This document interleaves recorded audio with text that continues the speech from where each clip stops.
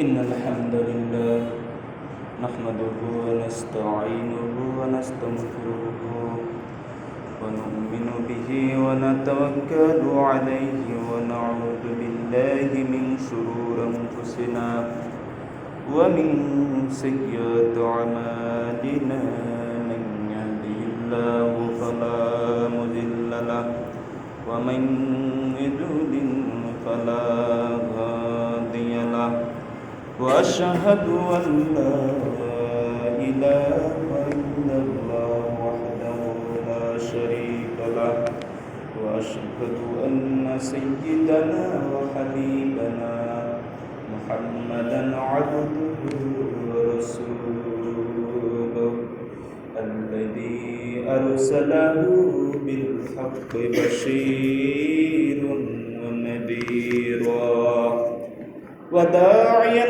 إلى الله بإذنه وسراجا منيرا أما بعد فإن خير الحديث كتاب الله وخير الهدي هدي محمد صلى الله عليه وسلم وشر الأمور محدثاتها وكل محدثة بدعة وكل بدعة ضلالة وكل ضلالة في النار أعوذ بالله من الشيطان الرجيم من ذا الذي يقرض الله قرضا حسنا من ذا الذي يقرض الله قرضا حسنا فيضاعف الله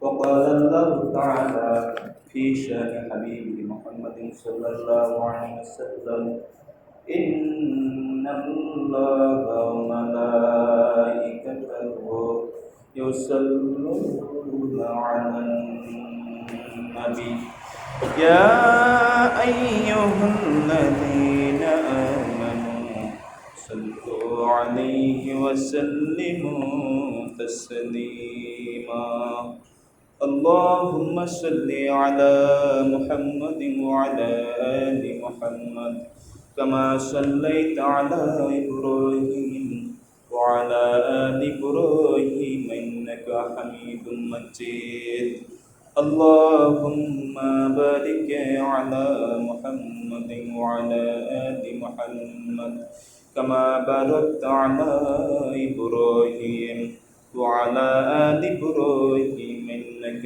حميد مجيد আলহামদুলিল্লাহ সর্বপ্রথম আল্লাহর শুকরিয়া জ্ঞাপন করছি যে মহান আল্লাহ তাআলা আমাদেরকে আজকে রবিউল আউয়াল মাসের শ্রেষ্ঠতম দিন জুমার দিন 20 রবিউল আউয়াল 12 সেপ্টেম্বর ইয়ামুল জুমআ মহান আল্লাহ তাআলা আমাদেরকে এই মাসের শেষ দিকে উপস্থিত হওয়ার তৌফিক দান করেছেন দুনিয়ার সমস্ত কাজগুলো আমরা বর্জন করতে পেরেছি এই জন্য আল্লাহর শুকরিয়া জ্ঞাপন করছি আলহামদুলিল্লাহ এবং রাসূলের উপর দরুদ সাল্লাল্লাহু আলাইহি ওয়াসাল্লাম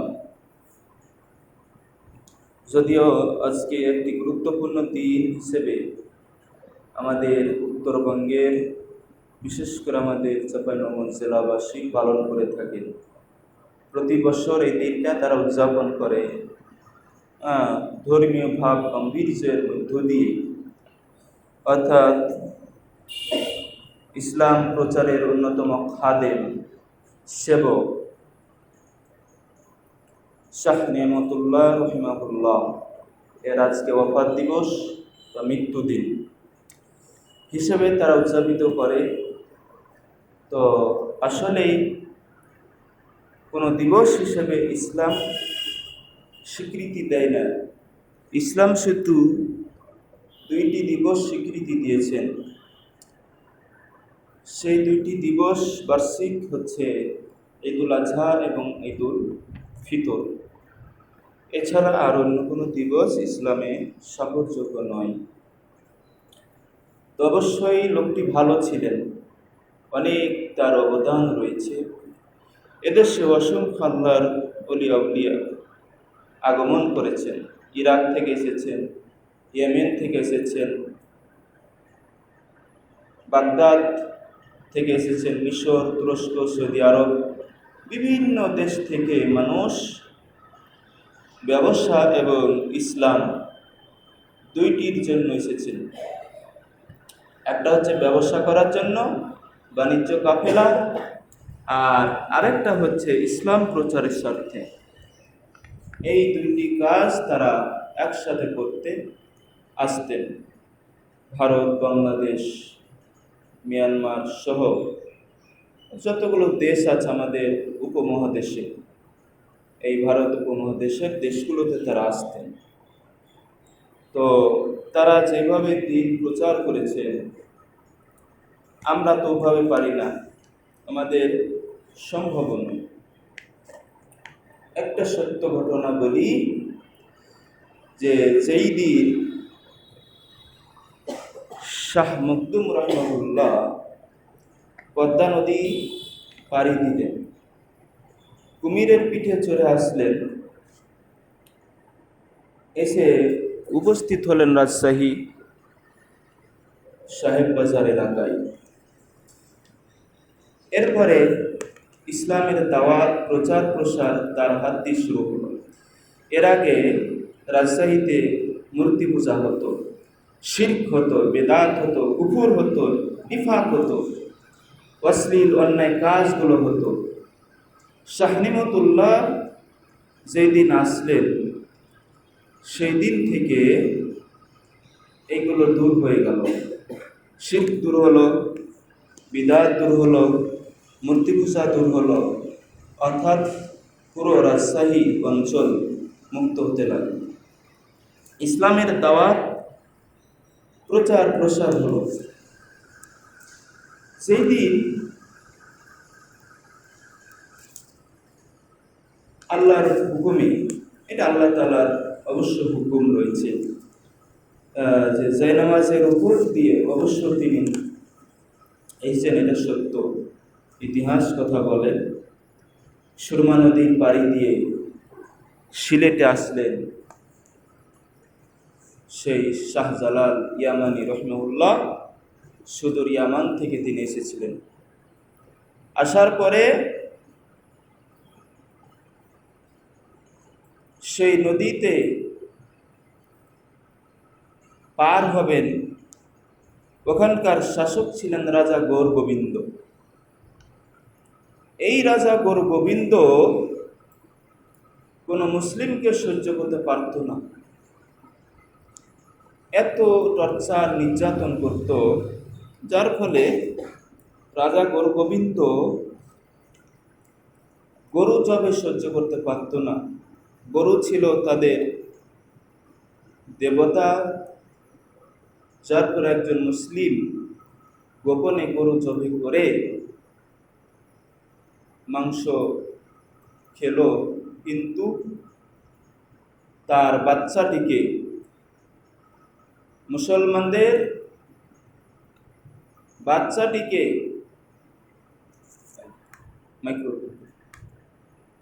মুসলমানদের ওই লোকের বাচ্চাটিকে কি করলো, অনুরূপ জবে করলো। জবে করার পরে যেইভাবে গরু জবে করেছিল তার সন্তানটিকে রাজা গৌর গোবিন্দ ওইভাবে জবে করল।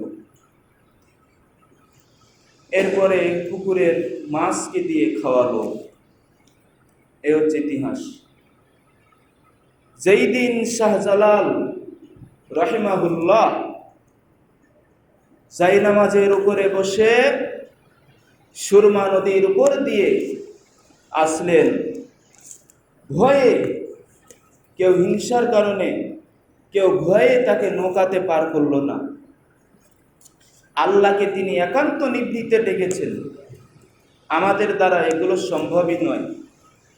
তিনি আল্লাহ তাআলাকে এমনভাবে কান্নাকাটি করে অসহায় ভিক্ষুকের মতো হয়ে ক্রন্দন করলেন, আল্লাহ, এই নদী আমি কিভাবে পার করব, তোমার দিনের দাওয়াত কিভাবে ওই পারে গিয়ে পৌঁছাবো। সাথে সাথে তার মাথায় যে একটি কৌশল অবলম্বন আল্লাহ তাআলা তাকে দিলেন, হিকমা। উদউ সাবিলি রব্বিকা বিল হিকমা ওয়াল মাউইজাতাল হাসানা। হে মুহাম্মদ, আপনি আপনার রবকে ডাকুন হিকমাতের সহিত, আর মানুষকে ওয়াজ নসিহত করুন উত্তমভাবে। তিনার ব্রেন মেধার অনুযায়ী জায়নামাজকে বিছিয়ে দিলেন সুরমা নদীর উপরে। সাথে সাথে নবী সুলাইমান আলাইহিস সালামের মতো করে, সুলাইমানকে যেমন জিনেরা তার সিংহাসন সহ যেখানে খুশি সেখানে নিয়ে যেতেন, শাহজালাল ইয়ামানি রহমাহুল্লাহকে অনুরূপ সুরমা নদী পার করে আল্লাহ তাআলা দিলেন। এরপরেও কাফের দুষ্ট পোলাপান সন্ত্রাসীরা তার পথের কাঁটা হয়ে দাঁড়ালো। তার পথে পথে রাস্তায় অসংখ্য বিশাল বড় বড় সিলেটের পাহাড়গুলো নিক্ষেপ করা হলো। পাহাড়, পাথরের পাহাড়, পাথর ফেলে ফেলে পাহাড়ের মতো করে দেওয়া হলো। রাস্তা ব্লক করা হলো যাতে শাহজালাল এখান দিয়ে আসতে না পারে। পায়ের নিচে অসংখ্য কাঁটা বিছিয়ে দেওয়া হলো। ছোট ছোট কুচুরি পাথর দেওয়া হলো যাতে তার পা গুলো ছান্দা হয়ে যায়, আসতে না পারে। মহান আল্লাহ তাআলাকে তিনি এমন ভাবে ডাকলেন, তিনি কোনো পীরের মাধ্যমে ডাকলেন না, কোনো মানুষের মাধ্যমে ডাকলেন না, সরাসরি আল্লাহকে ডাক দিলেন। আল্লাহ তার ডাক কবুল করলেন। তিনি সেগুলোর উপর দিয়ে তার ইমানি গাড়ির মাধ্যমে তিনি চলে গেলেন, অর্থাৎ তার ইমান তাকে সেই রাস্তার উপর দিয়ে নিয়ে গেল। দাওয়াত শুরু হলো। দাওয়াত যে কবুল করলেন, অত্যাচার নির্যাতন শুরু করল। রাজা গৌর গোবিন্দকে তিনি পরাজিত করলেন, তাকে তার পতন ঘটালেন। শাহজালাল ইয়ামানি রহমাহুল্লাহকে নির্যাতিত মাজলুম অসহায় লোকগুলো তাকে নেতৃত্বের আসনে, খলিফার আসনে বসালেন। যা হোক, এইভাবে রাজা গৌর গোবিন্দকে পরাজিত করে সিলেটের মাটিতে তখন থেকে মূর্তি পূজা, হিন্দু পূজা, দুর্গা পূজা, গো পূজা, গরু পূজা সব আস্তে আস্তে বিলুপ্ত হলো, ধ্বংস হলো। আজকে শাহজালালের মাটিতে, আজকে সিলেটের মাটিতে আল্লাহর অনেক বান্দা রয়েছেন। তবে শাহজালাল ইয়ামানি রহমাহুল্লাহর মৃত্যুর পরে তার কবরকে কেন্দ্র করে কিছু বেদাতি কার্যক্রম শুরু করেছেন, যার ফলে নির্বাচনের সময় দেখবেন সকল রাজনৈতিক দলের প্রধান নেতৃবৃন্দ যতক্ষণ পর্যন্ত শাহজালাল ইয়ামানি রহমাহুল্লাহর কবরের কাছে গিয়ে কবর জিয়ারত না করবেন ততক্ষণ পর্যন্ত তারা নির্বাচনী প্রচারণা শুরু করেন না। এটা আমরা ছোটকাল থেকে দেখে আসছি। এটা ভুল ধারণা। যারা রাজনীতিবিদ তারা তো ইসলাম সম্পর্কে ধারণা রাখেন না, কাজে তাদের তো দোষ দিয়ে লাভ নেই। কিন্তু কিছু সংখ্যক, আমাদের মতোই কিছু সংখ্যক হুজুর টাইপের লোকেরা মাজার বানিয়ে চারদিকে শামিয়ানা টাঙ্গিয়ে আতর, গোলাপ, বিভিন্ন রকম আগরবাতি জ্বালিয়ে সেখানে অনেক রকম কার্যকলাপ করা হয়। তবে সত্য মিথ্যা জানি না, সেখানে সিজদা দেওয়া হয় কি জানি না। যদি সিজদা দেওয়া হয় তাহলে এটা হলো শিরক আকবার, আর যদি না দেওয়া হয় তাহলে এটা থেকে আল্লাহ হেফাজত করেছেন। বাদ বাকি কাজগুলো নব আবিষ্কৃত, অর্থাৎ এই কাজগুলো চলবে না। এই জন্য আমাদের উচিত হবে শাহজালাল ইয়ামানি রহমাহুল্লাহর কবরকে কেন্দ্র করে সেখানে কবর জিয়ারত করা এটা ঠিক নয়। কোনো কাজে গেলে, কোনো দরকারে গেলে বাপমার কবর যেভাবে জিয়ারত করবেন ওইভাবে ওখানে আপনি জিয়ারত করতে পারেন। ইচ্ছা হলে করবেন, না হলে না করবেন, এটা কোনো বাধ্যবাধকতা নয়। কিন্তু ইচ্ছা করে বাড়ি থেকে ওনার কবর জিয়ারতের জন্য যাবেন, মাজার জিয়ারতের জন্য, এটা হিতে বিপরীত, আরো গুনাহে পরিণত হবে। কিন্তু লোকটি ছিল ভালো, লোকটি ছিল আল্লাহ তাআলার একজন প্রিয় বান্দা, যার অলৌকিকতা আল্লাহ তাআলা তাকে দিয়েছেন। পৃথিবীতে সমস্ত নবী চলে গেছেন, তাদের মুজিজা চলে গেছে। মুসা আলাইহিস সালাম বিদায় হয়ে গেছে, তার লাঠি আজও আছে, কিন্তু মুজিজা নাই। যেই লাঠিতে সেই নীল নদে, সে সমুদ্রে, লোহিত সাগরে মুসা আলাইহিস সালামকে বললেন, আলকি, তুমি নিক্ষেপ করো এই লাঠি। তোমার সম্প্রদায়ের জন্য 12টা গোত্র আছে, 12টা গোত্রের জন্য 12টি রাস্তা হবে। সঙ্গে সঙ্গে যখন নিক্ষেপ করা হলো, 12টা গোত্রের জন্য 12টি ঝর্ণা প্রবাহিত হলো, 12টি ঘাট তৈরি হলো, 12টি রাস্তা তৈরি হলো। এই ছিল নবী মুসা আলাইহিস সালামের মুজিজা। শুধু তাই নয়, যখন ফেরাউনের সাথে মোকাবিলা হলো, ফেরাউন যখন তার মুজিজাকে পরাজিত করতে চাইল, যে তোমার মুজিজা তুমি দেখাও, তুমি যদি নবী হও, আর আমিও আমার জাদুকরদেরকে নিয়ে উপস্থিত হব, সেই জাদুকরদেরকে নিয়ে কি করব? তোমাকে পরাজিত করব। মুসা আলাইহিস সালাম বললেন, ঠিক আছে, আপনি যত খুশি জাদুকর নিয়ে আসেন, এবং আমি প্রস্তুত আছি। যার ফলে সম্ভ্রান্ত বড় বড় উল্লেখযোগ্য পণ্ডিতমূলক জাদুকর, অনেক জাদুকরকে হাজির করা হলো। মুসা আলাইহিস সালাম বললেন, জাদুকরদেরকে আপনার আগে দেখাবেন না আমি আমার মুজিজা আগে দেখাবো? তো তারা বলল যে আপনি আগে। তারা বলল যে আমরা আগে দেখাই। এবার তাদের জাদু শুরু হলো। অনেকগুলো সাপ তারা নিক্ষেপ করলো। এবার মুসা আলাইহিস সালাম কিছুটা ভয় পেলেন। আল্লাহ বললেন, মুসা, তুমি ভয় পেও না, তোমার হাতে কি ওটা? লাঠি। এই লাঠিকে তুমি নিক্ষেপ করো। ফালকিয়া সুবানুম মুবিন। যখন এই লাঠিকে নিক্ষেপ করা হলো, বিশাল বড় অজগর সাপে পরিণত হলো। আজও মুসা আলাইহিস সালামের লাঠি আছে মিশরের জাদুঘরে। লাঠি সাপে পরিণত হলো। মুসা আলাইহিস সালাম একটু ভয় পেলেন।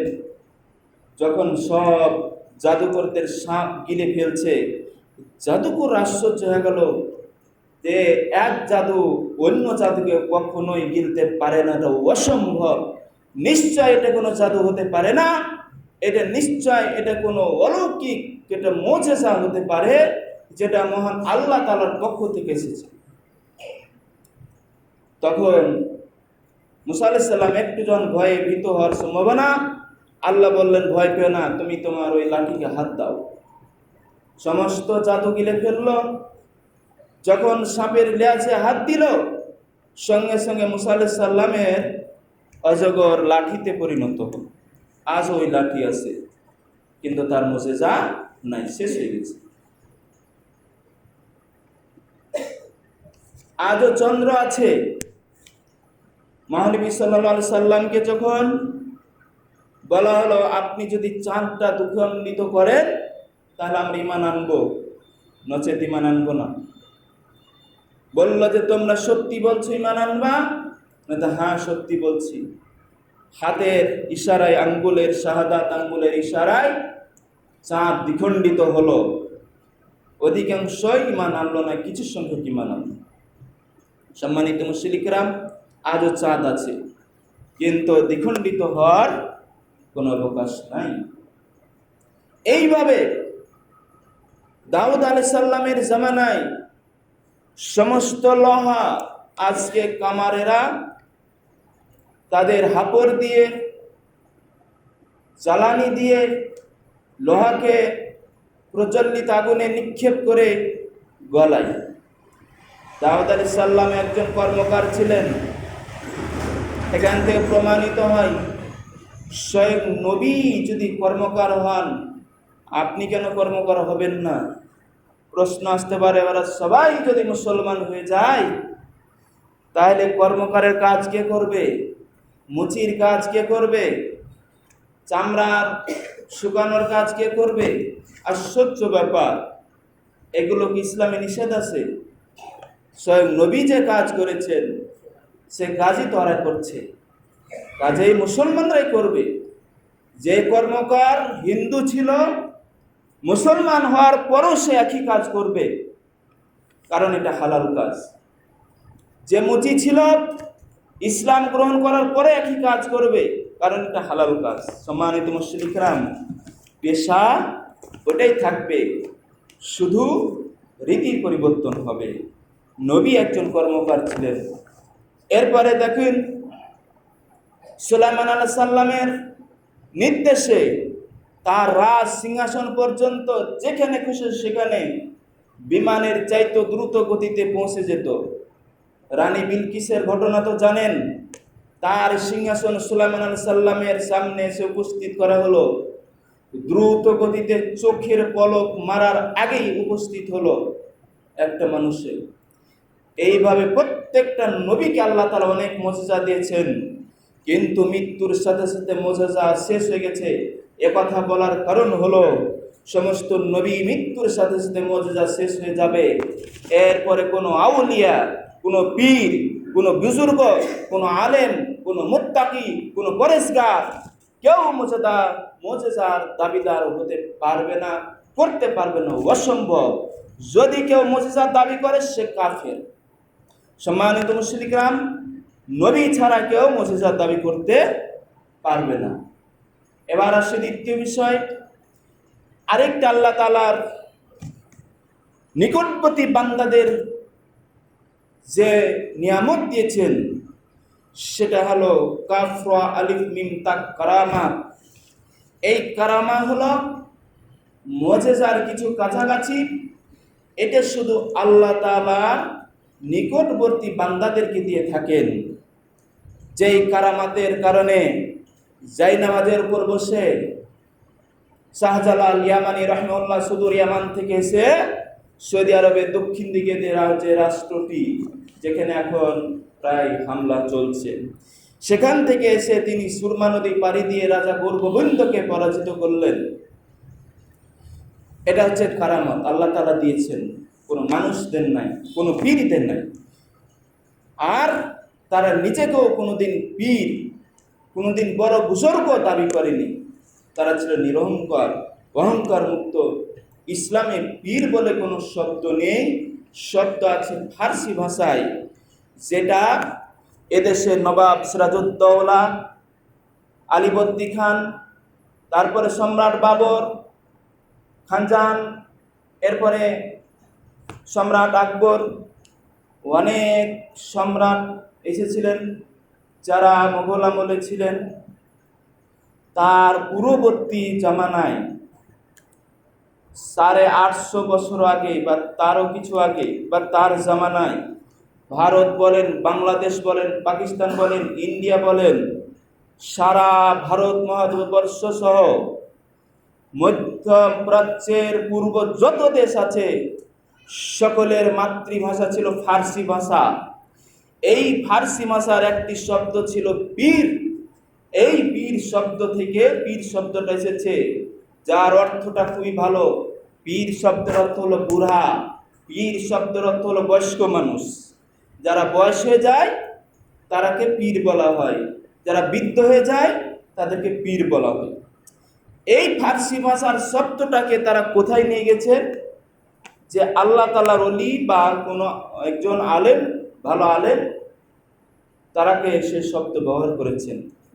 ফার্সি ভাষা যখন বিলুপ্ত হলো, বিশেষ করে এই আমাদের ভারত মহাদেশ থেকে, তারপরে ইংরেজদের শাসন আসলো, সবাইকে ইংরেজি ভাষা বাধ্যতা করা হলো। যখন 1947 সালে ইংরেজদের পতন ঘটল, এবার আসলো পাকিস্তান আমল, উর্দুর প্রচলন শুরু হলো। উর্দু ভাষা এবার বাংলাদেশ, পাকিস্তান সহ উর্দু ভাষার প্রচলন। এইভাবে বিভিন্ন ভাষার রাষ্ট্রীয়ভাবে, মাতৃকভাবে প্রচলিত হয়েছে।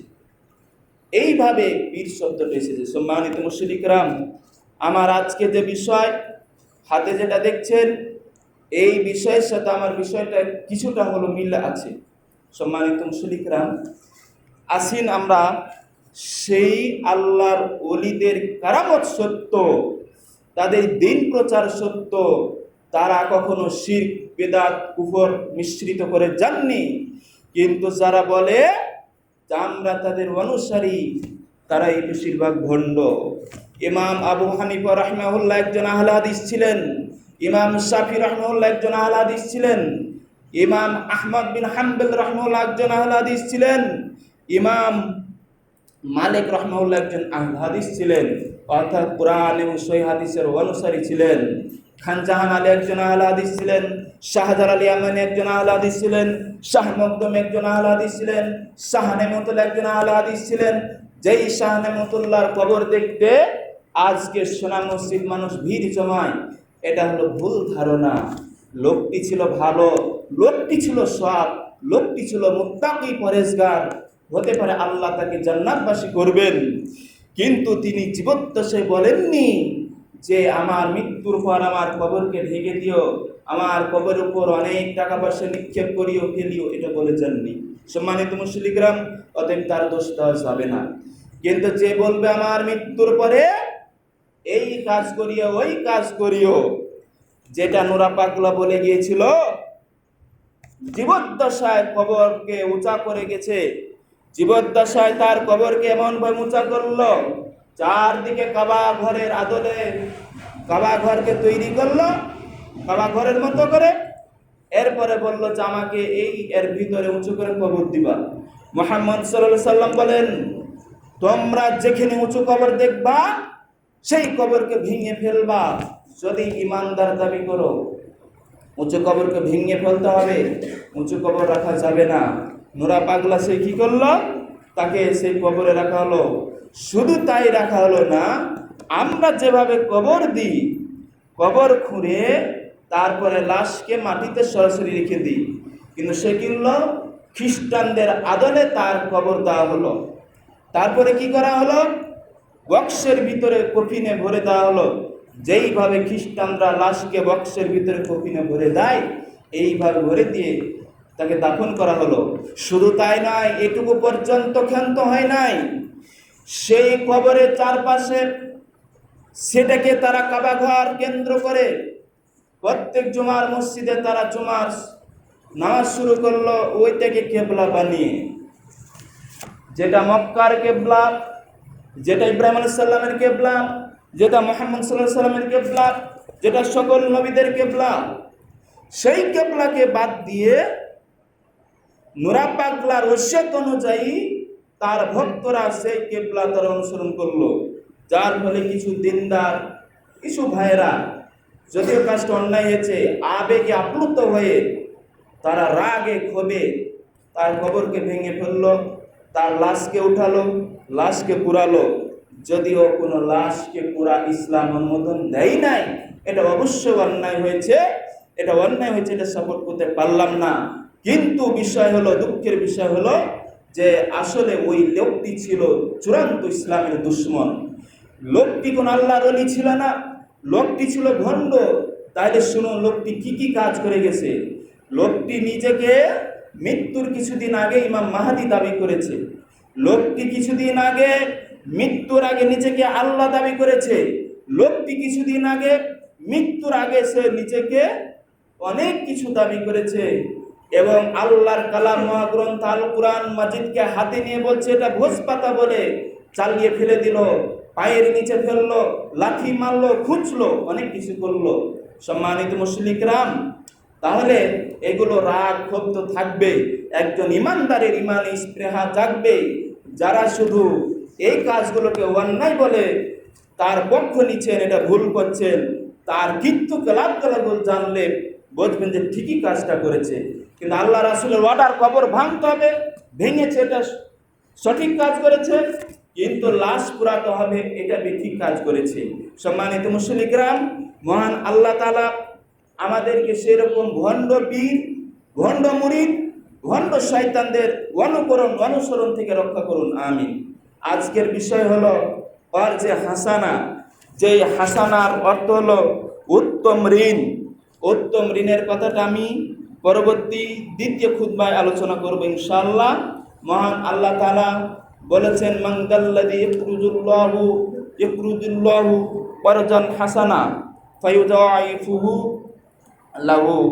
সম্মানিত মুশরিকরাম, মহান আল্লাহ তাআলা বলছেন মান দাল্লাযী, কে এমন ব্যক্তি আছে যে ব্যক্তি ইউকরিজুল্লাহ, আল্লাহকে কর্জ দিবে, ঋণ দিবে, করজান হাসানা, উত্তম ঋণ দান করবে, ফায়ুদাইফাহু, আল্লাহ তাআলা তাকে বৃদ্ধি করে দিবেন বহু গুণে, লাহু আযআফান কাসীরা, অসংখ্য বহু গুণে বৃদ্ধি করে দিবেন।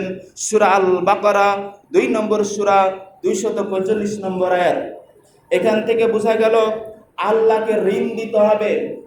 মানুষকে যখন কিয়ামতের দিন আল্লাহ বলবেন আদম সন্তান আমি না খেয়েছিলাম, আমাকে খেতে দাওনি, আল্লাহকে যখন আল্লাহ বলবেন, আল্লাহকে তারা বলবে আল্লাহ তুমি তো সারা বিশ্ব জগতের রব, আসমানের রব, জমিনের রব, সবকিছুর রব, আর তুমি তো আমাদের কাছে নাও, তাহলে তোমাকে কিভাবে খাওয়াবো? এটা তো অসম্ভব ব্যাপার, অথচ তুমি বলছো যে আমাকে খাওয়াওনি। তখন আল্লাহ বলবেন ওই ক্ষুধার্ত ব্যক্তিটি, অসহায় ব্যক্তিটি তোমার কাছে গিয়েছিল? হ্যাঁ গিয়েছিল। তোমার কাছে খাওয়া চেয়েছিল, তোমার কাছে খাওয়া ছিল, তারপরে তুমি খেতে দাওনি, দূর করে তাড়িয়ে দিয়েছ। তুমি যদি তাকে খাওয়াতে তাহলে আমি আল্লাহকে স্বয়ং খাওয়ানো হতো। বিষয়টা অত্যন্ত জটিল। দেখেন মহান আল্লাহ তাআলা কর্জে হাসানা এইভাবেই দিতে বলছেন। আসি পরবর্তী খুতবায় আমরা সংক্ষেপে আলোচনা করব ইনশাআল্লাহ। মহান আল্লাহ তাআলা আজকের প্রথম খুতবায় যে কথাগুলো বললাম, যেই গুরুত্বপূর্ণ তত্ত্বভিত্তিক এবং কোরআন হাদিসের কিছু আয়াত সহকারে আল্লাহ তাআলা এবং হাদিস সহকারে মহান আল্লাহ তাআলা আমাদের এখান থেকে শিক্ষা এবং কুসংস্কার বর্জন করার তৌফিক দান করুন, আমিন। ইন্নাল হামদুলিল্লাহ ওয়াসসালাতু ওয়াসসালামু আলা মান লা নাবিয়্যা বা'দা। আউযু বিল্লাহি মিনাশ শাইতানির রাজীম।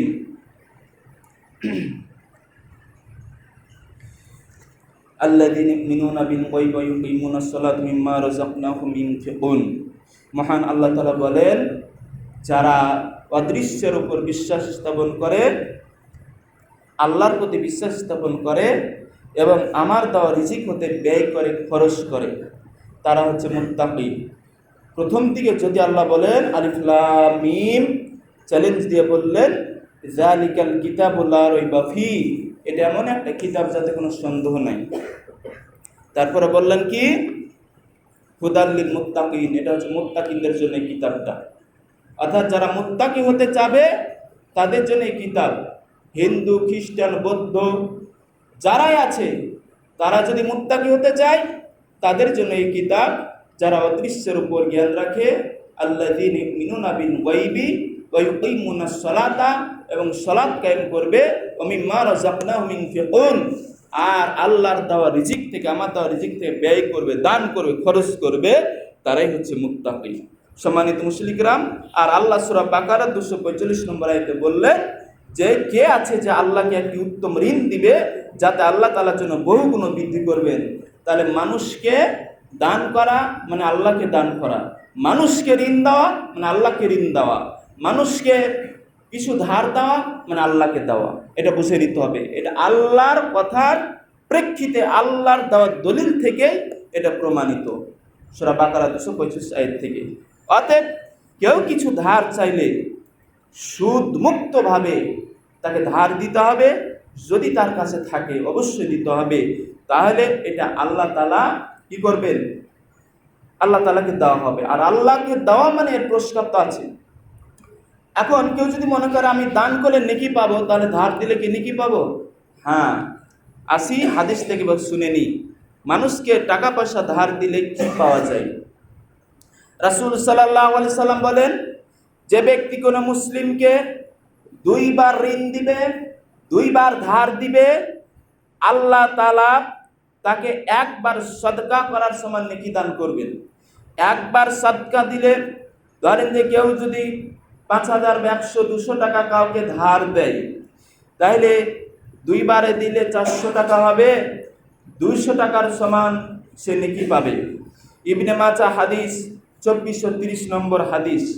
আরেকটা হাদিস শুনেন, যে ব্যক্তি তার মুসলিম ভাইয়ের দুনিয়াবি কষ্ট দূর করবে, কোনো বিপদে পড়েছে, অসুখে পড়েছে, বিভিন্ন কষ্টে পড়েছে, টাকা পয়সা দরকার, চিকিৎসা দরকার, চিকিৎসার খরচ জোটাতে পারছে না, হাসপাতালের বেডে ছটফট করছে, আল্লাহ রাসূল বলছেন এইভাবে যদি তার দুনিয়াবি কষ্ট দূর করে দেয়, আল্লাহ তাআলা কিয়ামতের দিন তাকে ভীষণ মহা বিপদ থেকে দূর করবেন। সুবহানাল্লাহ।